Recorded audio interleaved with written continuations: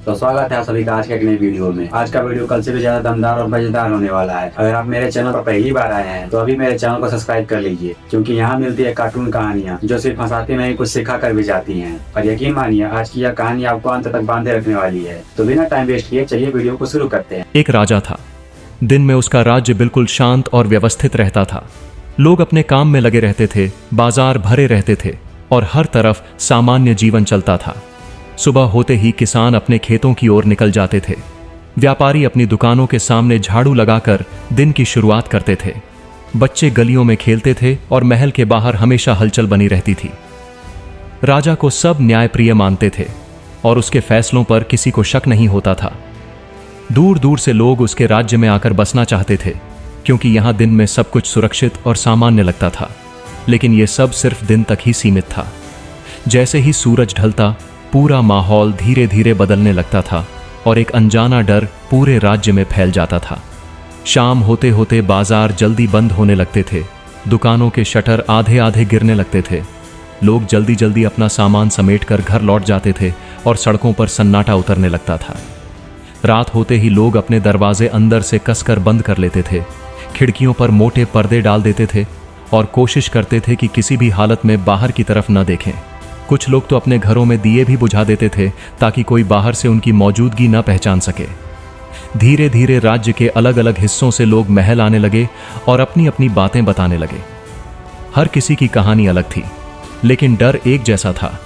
कोई कहता रात में दरवाजे अपने आप खुल जाते हैं, जैसे किसी ने अंदर से कुंडी खोल दी हो। कोई कहता खिड़की के बाहर कोई खड़ी रहती है और अंदर झांकती है, लेकिन जैसे ही देखने जाओ तो वहां कुछ नहीं होता। कुछ लोग कहते उन्हें लगता है कोई उनके पीछे पीछे चलता है, लेकिन मुड़ने पर सिर्फ खाली रास्ता दिखाई देता है। कुछ लोगों ने यह भी कहा कि उन्होंने रात में अपने घर के अंदर गीले पैरों के निशान देखे, जैसे कोई बाहर से चलकर अंदर आया हो और फिर अचानक गायब हो गया हो। कुछ ने बताया कि दीवारों पर खरोंच के निशान सुबह दिखाई देते हैं, जबकि रात में किसी ने कुछ देखा नहीं होता।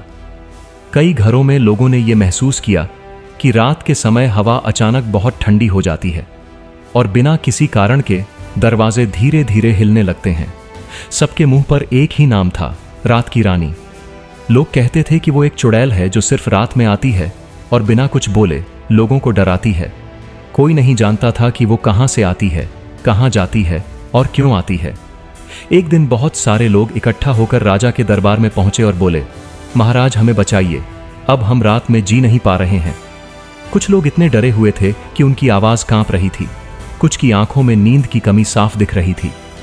राजा उनकी बातें ध्यान से सुनता रहा, फिर कुछ देर तक चुप रहा, जैसे वो पहले से सब जानता हो। फिर उसने धीरे से कहा कि वो तुम्हें ही नहीं, मुझे भी परेशान करती है। ये सुनकर दरबार में सन्नाटा छा गया और लोगों के चेहरे का रंग उड़ गया। राजा ने बताया कि हर रात ठीक आधी रात के बाद वो चुड़ैल उसके कमरे में भी आती है और हमेशा एक ही बात कहती है, नए कपड़े दो। अगर कपड़े रख दिए जाए तो वो शांत रहती है और बिना कुछ किए चली जाती है, लेकिन अगर कपड़े नहीं रखे जाए तो पूरी रात महल में अजीब अजीब आवाजें गूंजती रहती हैं, जैसे कोई भारी चीज फर्श पर घसीट रहा हो। दरवाजे अपने आप खुलते बंद होते हैं और दीवारों से खरोंचने की आवाज लगातार आती रहती है।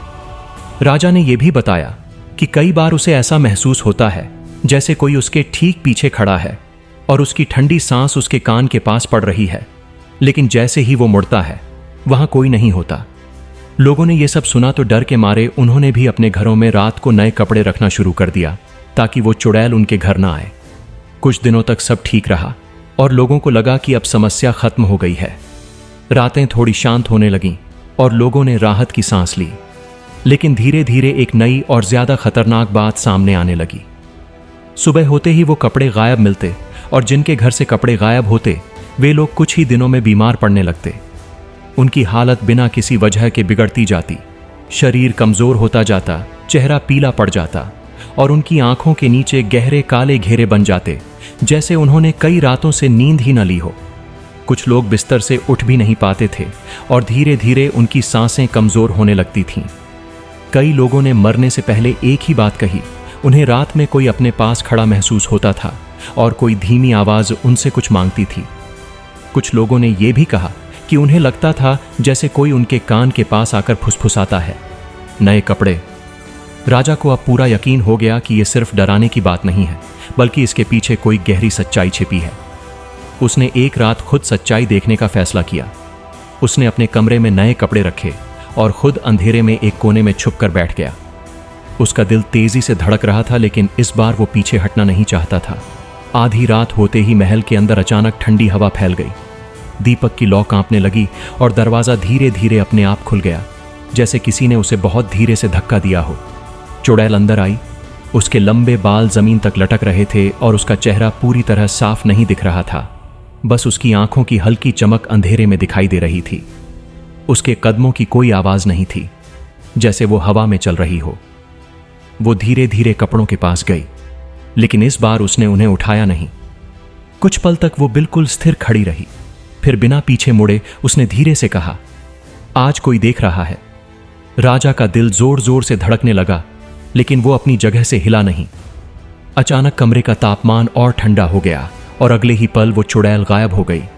कमरा फिर से शांत हो गया, लेकिन उस सन्नाटे में भी डर साफ महसूस हो रहा था। कपड़े वहीं पड़े रहे। राजा समझ नहीं पाया कि इस बार उसने कपड़े क्यों नहीं लिए। अगली सुबह खबर आई कि राज्य के एक आदमी की रात में अचानक मौत हो गई, और जब लोग उसके घर पहुंचे तो उन्होंने देखा कि उसने वही कपड़े पहने हुए थे जो राजा ने अपने कमरे में रखे थे। अब सब कुछ साफ हो गया था। चुड़ैल कपड़े लेने नहीं आती थी, वो उन्हें छोड़ जाती थी, और जो भी उन कपड़ों को पहनता वही उसका अगला शिकार बन जाता था। राजा ने तुरंत पूरे राज्य में ऐलान करवा दिया कि कोई भी रात में नए कपड़े न रखे। लेकिन डर इतना बढ़ चुका था कि कुछ लोग फिर भी छुपकर कपड़े रखने लगे, ताकि वो चुड़ैल उनके घर ना आए। इसके बाद मौतें बढ़ने लगीं और हर बार वही बात सामने आती, जिसने कपड़े रखे वही मरा। धीरे धीरे राज्य खाली होने लगा। लोग अपने घर छोड़कर भागने लगे, और जो बचे थे वे रात होते ही खुद को कमरे में बंद कर लेते और किसी भी आवाज का जवाब नहीं देते। राजा दिन में सब कुछ संभालने की कोशिश करता, लेकिन रात होते ही उसे भी डर सताने लगता। अब चुड़ैल पहले की तरह हर रात दिखाई नहीं देती थी, लेकिन उसकी मौजूदगी हर जगह महसूस होती थी। कई बार राजा को लगता कि कोई अंधेरे कोने से उसे लगातार देख रहा है, जैसे उसकी हर हरकत पर नजर रखी जा रही हो।